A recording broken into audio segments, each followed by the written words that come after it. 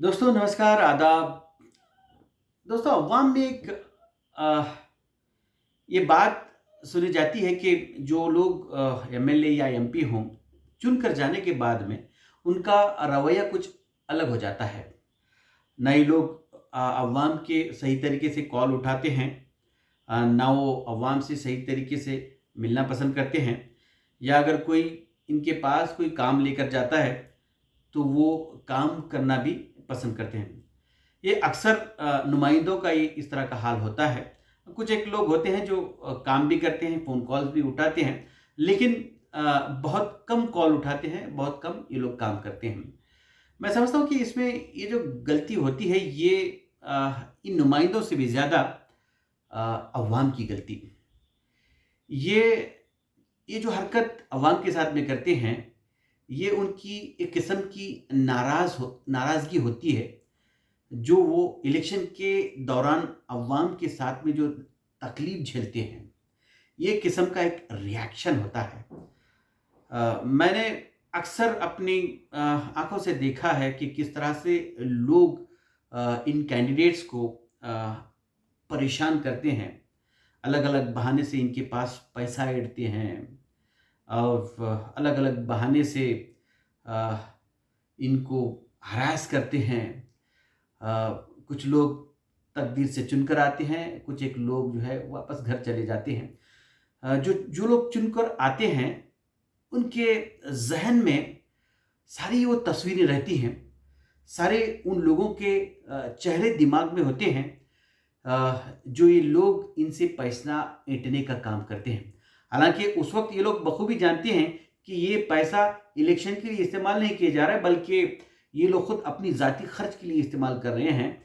ये सिर्फ़ इलेक्शन का फ़ायदा उठाते हुए इनके पास से जो है पैसा ऐंठने का काम कर रहे हैं। लेकिन बेचारा ये मजबूरन इन लोगों को पैसा देता रहता है, और अगर जीत जाता है तो उसमें उसके दिल में एक किस्म का दर्द होता है। जब इस तरह के चेहरे इसके सामने आते हैं, तो फिर वो बातें उसको याद आती हैं जो इलेक्शन के दौरान इस शख्स ने उनके साथ में घटी हैं। ऐसा अक्सर होता है। बहुत सारे लोग, अक्सर लोग भी होते हैं जो एमएलएस के पास आते भी नहीं हैं। लेकिन अक्सर जो काम करवाने के लिए जाने वाले लोग होते हैं, जो अवाम से काम लेकर एमएलए के पास आते हैं, ये वही लोग होते हैं जो इलेक्शन के दरमियान उस कैंडिडेट से पैसा ऐंठने का काम किया करते थे।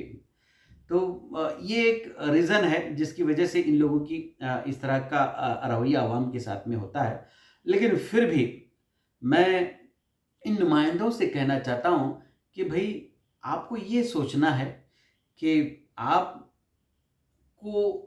जो वोट लोगों ने दिया है, इसमें अक्सर बेशतर जो वोट लोग दिए हुए हैं, वो अपने दिल से दिए हुए हैं, आपको देखकर दिए हुए हैं, या आपकी पार्टी को देखकर दिए हुए हैं।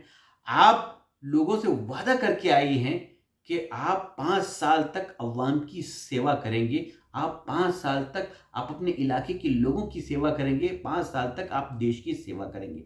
आपको ये बात ज़हन में रखते हुए अवाम के काम और अपने इलाके के काम करना है। आप फ़ोन नहीं उठाते, बड़ा अफ़सोस की बात है। जिस पोज़ीशन पर आप हैं, आपको उस पोज़ीशन पे फ़ोन उठाना पड़ेगा। अगर आप बिज़ी हैं, तो आपको बाद में वापस कॉल कर सकते हैं। आपको किसी भी सूरत में सिस्टम इस तरह से बनाना है कि आपको हर कोई आपके दर पे आने वाला आपसे मुलाकात करे, आप उनकी सुनें, आप उनके काम को, अगर हो सकता है तो आप उनके काम भी करें। अगर आप ये चीज़ नहीं कर सकते, आप लोगों की खिदमत करने का काम नहीं कर सकते, तो मैं आपसे कहना चाहता हूँ कि आपको इस लाइन में आना ही नहीं चाहिए था।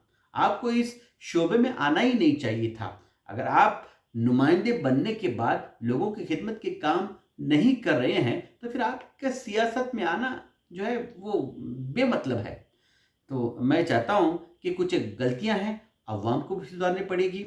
आप जो है 5 साल के लिए एक नुमाइंदे को चुन रहे हैं, आप अपना और अपनी आने वाली जनरेशन का मुस्तकबिल इन नुमाइंदों को दे रहे हैं। ये सिर्फ़ एक इलेक्शन के चक्कर में आप थोड़े से पैसे के खातिर क्यों अपने बच्चों का मुस्तकबिल ख़राब कर रहे हो?